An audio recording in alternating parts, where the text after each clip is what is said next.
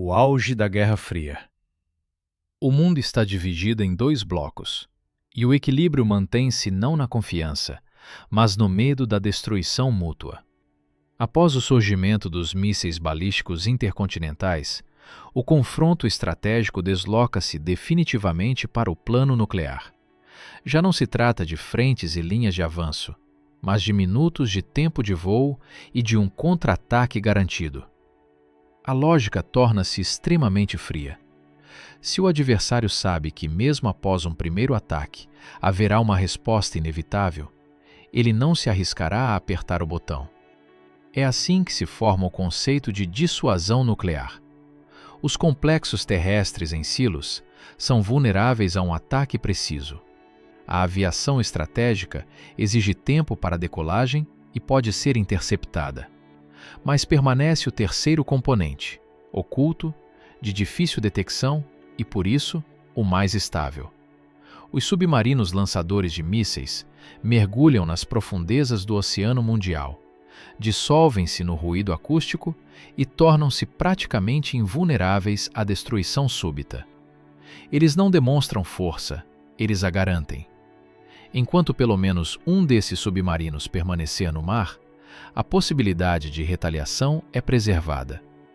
É por isso que a frota submarina gradualmente se transforma no elemento mais estável da tríade nuclear. Nessa lógica, não há emoções nem ideologia, apenas cálculo de probabilidades e alcance de voo.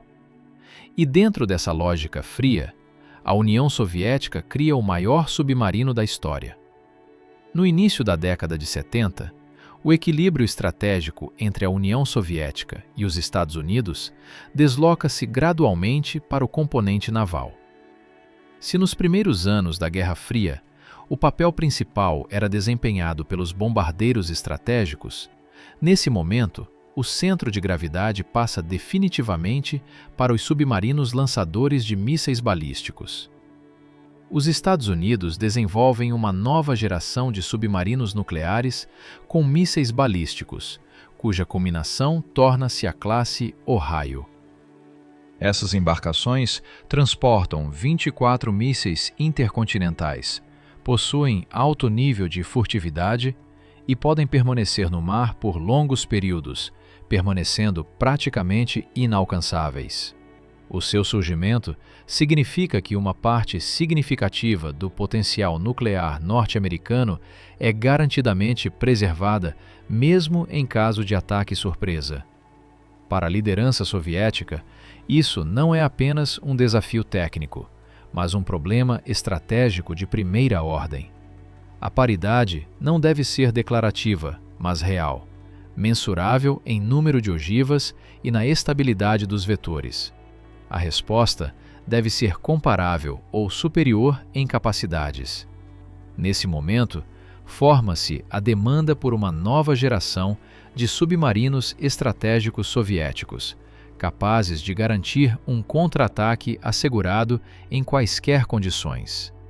Paralelamente, dentro do país, desenvolve-se a linha de criação do míssil balístico naval pesado R-39. Esse artefato é projetado como um míssil de 3 estágios, a combustível sólido, equipado com ogiva múltipla de direcionamento individual. Em dimensões e massa, ele supera significativamente os modelos anteriores. Sua massa de lançamento é medida em dezenas de toneladas, e seu comprimento e diâmetro exigem uma abordagem completamente diferente para a acomodação a bordo de um submarino. Na prática, o novo míssil torna-se o fator determinante de todo o projeto.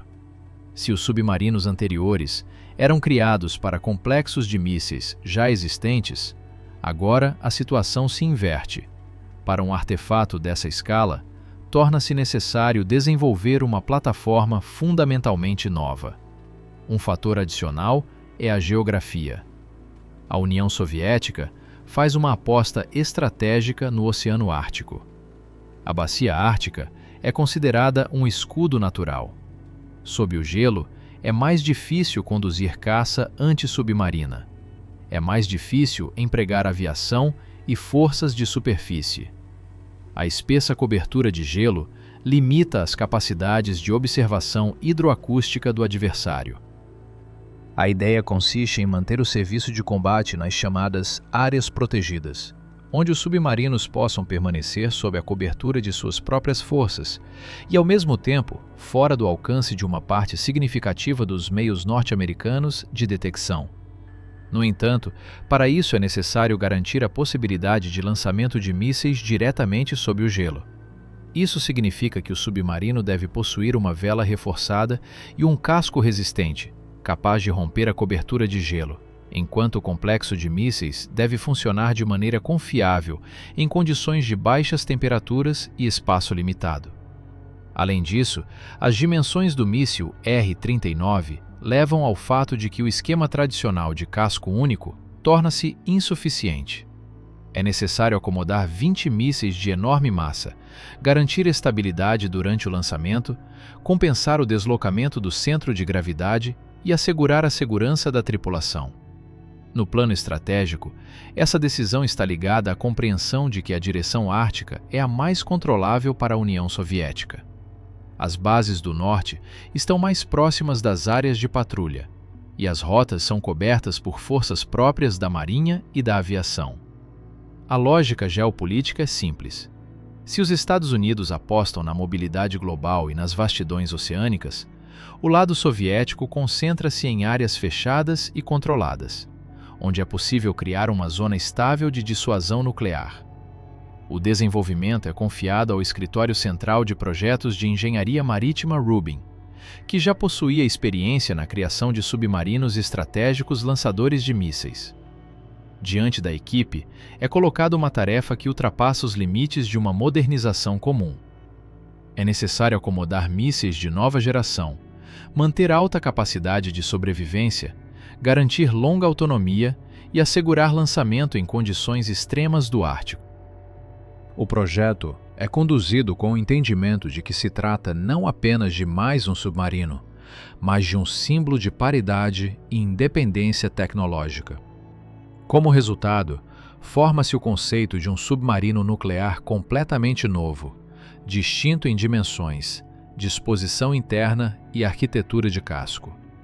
Para o novo míssil, o submarino teve de ser, na prática, projetado do zero.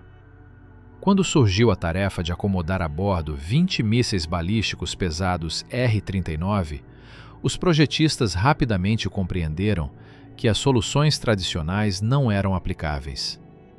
A massa de um único míssil era medida em dezenas de toneladas, e seu comprimento e diâmetro superavam significativamente os parâmetros dos complexos navais anteriores.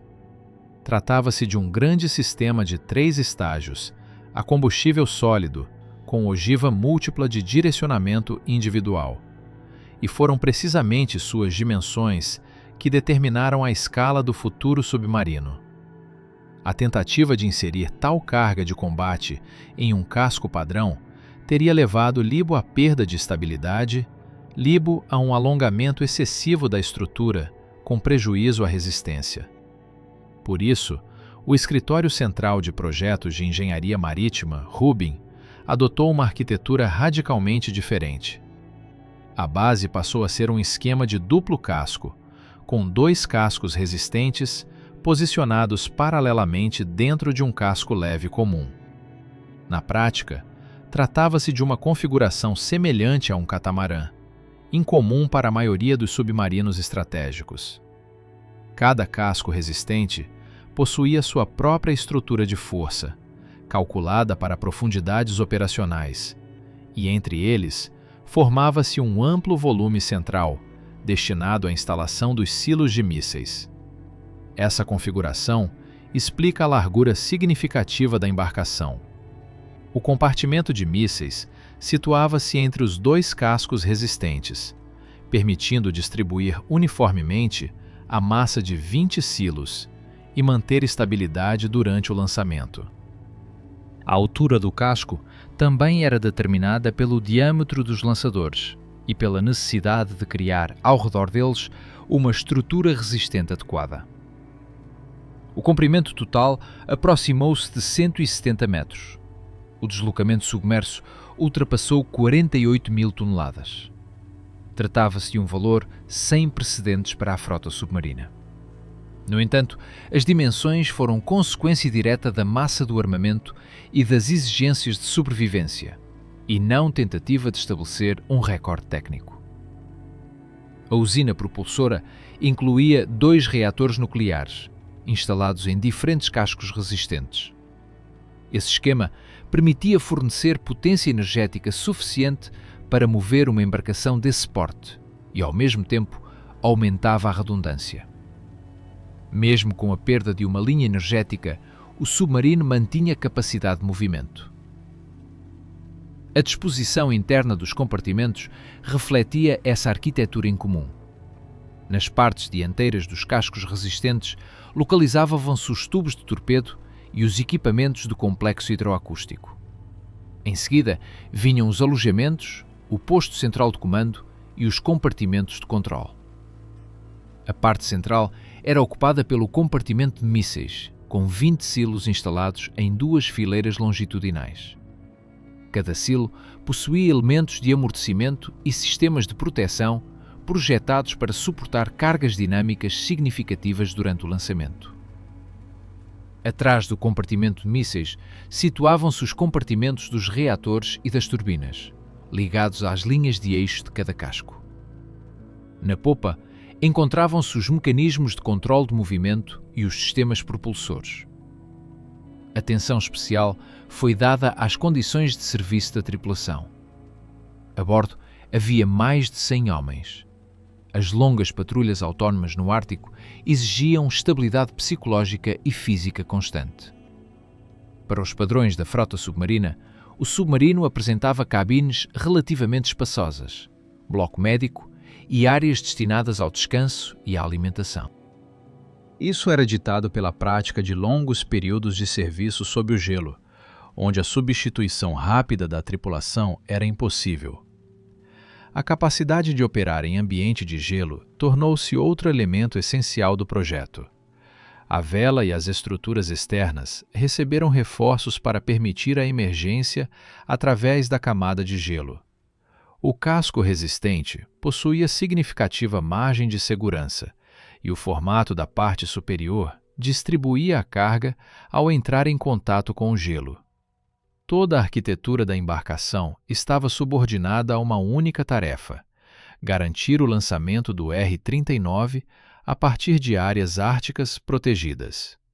As dimensões foram consequência direta das características do míssil, para o qual o submarino teve de ser praticamente projetado novamente. A base do armamento era composta por 20 mísseis balísticos R-39. Tratava-se de um complexo estratégico naval, destinado a atingir alvos intercontinentais. O alcance ultrapassava 8.000 quilômetros, o que permitia realizar ataques contra o território do potencial adversário, permanecendo nas áreas protegidas do Oceano Ártico. O conceito previa que o submarino não entrasse em zonas oceânicas abertas, saturadas por meios de defesa antissubmarina, mas operasse sob a cobertura do gelo ártico, preservando a capacidade garantida de retaliação. Cada míssil era equipado com ogiva múltipla de direcionamento individual. Isso significava que, após atingir a trajetória balística, as ogivas se separavam e eram direcionadas a diferentes alvos. Assim, um único submarino podia transportar dezenas de ogivas capazes de atingir objetivos situados a grande distância uns dos outros. Do ponto de vista militar, isso aumentava a eficácia de um único vetor e complicava significativamente a tarefa dos sistemas de defesa antimísseis. Entretanto, a principal característica do R-39 era sua massa. A massa de lançamento de um único míssil era de aproximadamente 90 toneladas. Para a frota submarina, tratava-se de um valor sem precedentes. Mísseis balísticos navais anteriores possuíam dimensões e massa consideravelmente menores. 90 toneladas significavam não apenas enorme carga sobre o silo de lançamento, mas também impacto direto na estabilidade de toda a embarcação. Com a instalação de 20 desses artefatos, a massa total apenas do armamento era medida em milhares de toneladas. Isso exigia abordagem fundamentalmente diferente na distribuição de peso, centragem e cálculos de resistência estrutural. Foi precisamente por essa razão que foi adotado o esquema de duplo casco, com um compartimento de mísseis localizado entre dois cascos resistentes. Os silos eram instalados verticalmente na parte central, formando um bloco maciço que precisava ser integrado à estrutura de força do submarino. O diâmetro de cada silo determinava a largura do compartimento central, e a altura do míssil influenciava diretamente a altura total da superestrutura e do casco leve. Assim, as dimensões do submarino tornaram-se consequência direta das dimensões e da massa do complexo de mísseis. A possibilidade de lançamento sob o gelo era exigência fundamental. Antes do disparo, o submarino assumia determinada profundidade. Em seguida, o míssil era ejetado do silo por meio de um gerador de gás, saía da água e somente então acionava o motor principal. A construção do complexo previa funcionamento em condições de baixas temperaturas e elevada pressão. A vela reforçada permitia, se necessário, romper a cobertura de gelo para emergir, porém o lançamento em si podia ser realizado sem subir à superfície. Isso preservava a furtividade e mantinha a vantagem estratégica do teatro ártico. Além dos mísseis balísticos, o submarino possuía armamento de torpedos. Nos compartimentos dianteiros encontravam-se tubos destinados à autodefesa e ao combate contra alvos submarinos e de superfície. A presença desse complexo permitia atuação autônoma e aumentava a capacidade de sobrevivência em caso de detecção pelo adversário. Entretanto, a função principal da embarcação permanecia a dissuasão estratégica. A massa de 90 toneladas de cada míssil determinou não apenas as dimensões, mas também as exigências energéticas. Para compensar o peso e garantir mobilidade a um navio desse porte, foi necessária uma instalação propulsora potente, com 2 reatores nucleares. A resistência estrutural foi calculada levando em conta as cargas dinâmicas durante o lançamento. Até mesmo a sequência de disparos exigia cálculos precisos, a fim de não comprometer a estabilidade nem provocar inclinação crítica. Dessa forma, o armamento definiu a arquitetura do submarino.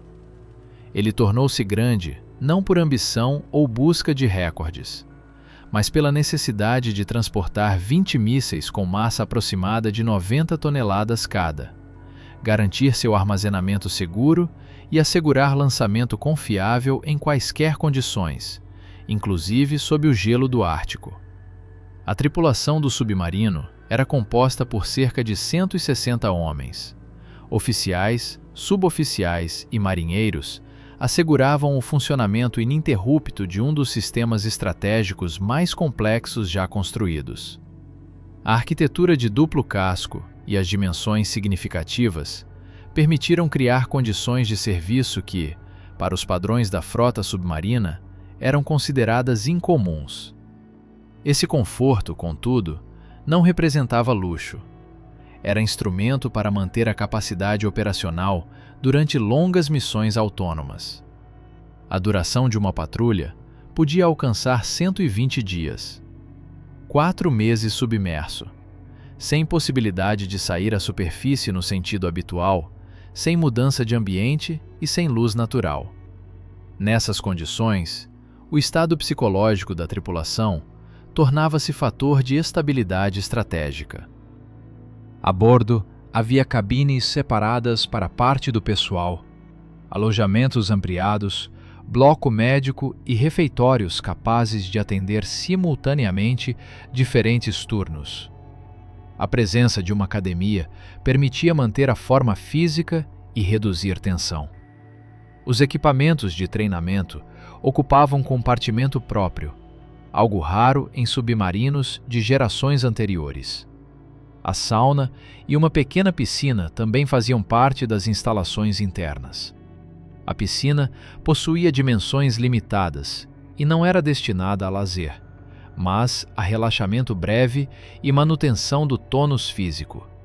A sauna ajudava a compensar a umidade constante e estabilizar o bem-estar após longos períodos em espaço fechado. Comparadas à maioria dos submarinos nucleares das décadas de 60 e 70, as condições eram visivelmente melhores. Em portadores estratégicos anteriores, a tripulação frequentemente ficava em compartimentos apertados, com áreas mínimas de descanso e espaço limitado de circulação. Aqui, graças à largura do casco, tornou-se possível distribuir racionalmente os compartimentos, reduzir a densidade de ocupação e separar claramente zonas habitáveis e operacionais. Isso diminuía o nível de ruído nas áreas de descanso e melhorava a disciplina interna. Mesmo assim, o serviço permanecia exigente. Um submarino estratégico funcionava em regime de prontidão permanente.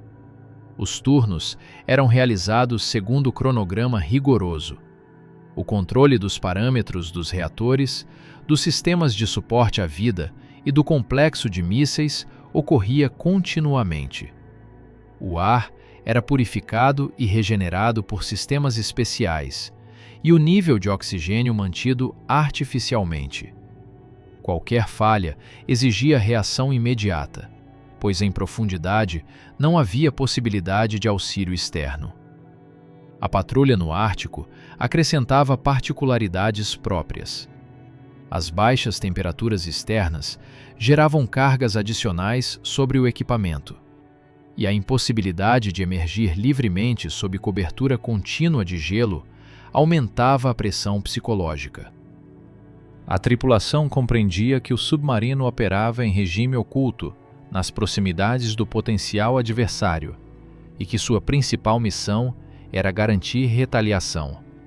Isso exigia disciplina elevada e concentração constante. Os estoques de alimentos eram calculados para todo o período de autonomia. Procurava-se manter variedade na alimentação, mas com o tempo, os produtos frescos eram substituídos por conservas e alimentos congelados. O abastecimento de água era garantido por meio de sistemas de dessalinização. O suporte médico incluía a presença de um médico e equipamento mínimo necessário para atendimento em condições autônomas. Em comparação com submarinos de ataque do mesmo período, o nível das condições de vida era considerado mais cuidadosamente planejado, pois o papel estratégico da embarcação exigia a estabilidade da tripulação ao longo de longos períodos. Entretanto, as grandes dimensões também significavam maior complexidade de operação. A manutenção de 2 reatores, de numerosos sistemas de suporte à vida e do complexo de mísseis exigia esforços significativos. Mesmo dentro de um casco amplo para os padrões submarinos, permanecia a sensação de espaço fechado e isolamento do mundo exterior. As condições de serviço combinavam elementos de conforto relativo com tensão constante. Por trás da imponência externa e da escala do projeto, escondiam-se sérias dificuldades operacionais. A entrada em serviço dos primeiros navios ocorreu no início da década de 80, em um período em que o confronto entre a União Soviética e os Estados Unidos voltou a se intensificar. Era a época da implantação de mísseis de alcance intermediário na Europa, do fortalecimento da defesa antissubmarina e do aumento da tensão nas comunicações marítimas. O surgimento de um novo submarino estratégico tornou-se imediatamente um elemento de sinal político-militar. As embarcações foram baseadas na Frota do Norte, onde a infraestrutura e a geografia permitiam acesso rápido às áreas árticas de patrulha de combate. As bases do Norte garantiam saída direta para as águas do Oceano Ártico, considerado zona prioritária de desdobramento. As missões de combate realizavam-se principalmente nas chamadas áreas protegidas. O submarino mergulhava sob o gelo, assumia posição dentro da bacia ártica e permanecia ali em regime de prontidão constante para lançamento. A patrulha sob o gelo proporcionava alto nível de furtividade. A espessa cobertura de gelo limitava o emprego de aviação e de meios de superfície na guerra antissubmarina, enquanto as condições hidrológicas complexas dificultavam o funcionamento das estações hidroacústicas do provável adversário. A construção com vela reforçada permitia, se necessário, romper o gelo para emergir, mas a principal aposta recaía na capacidade de permanência prolongada sem subida à superfície. Do ponto de vista estratégico, essas missões significavam que, mesmo em cenário desfavorável, parte significativa do potencial nuclear naval permanecia inalcançável. O fator psicológico desempenhava papel relevante. A informação sobre a criação do maior submarino do mundo inevitavelmente tornava-se parte do debate internacional. A escala da embarcação era percebida como símbolo das capacidades tecnológicas e da determinação em manter a paridade. Até mesmo a simples existência de tal vetor influenciava os cálculos de analistas e planejadores militares. Contudo, por trás da escala impressionante, havia tarefa pragmática clara. O papel real do submarino não consistia em demonstrações, mas na garantia da estabilidade do sistema de dissuasão. 20 mísseis de alcance intercontinental permitiam realizar ataques sem deixar as áreas árticas. Isso reduzia riscos de detecção e aumentava a probabilidade de preservação do vetor em caso de crise. Dentro da tríade nuclear, o submarino tornava-se o elemento mais resistente, capaz de sobreviver ao primeiro ataque e assegurar a retaliação. No final da década de 80, já no contexto das negociações de limitação de armas estratégicas, a operação continuava em atmosfera política diferente, mas o papel fundamental não se alterava. A patrulha sob o gelo permanecia base do serviço de combate, e o submarino mantinha sua importância como instrumento de retaliação garantida. Após o colapso da União Soviética, o ambiente estratégico mudou radicalmente, mas o legado técnico da Guerra Fria permaneceu.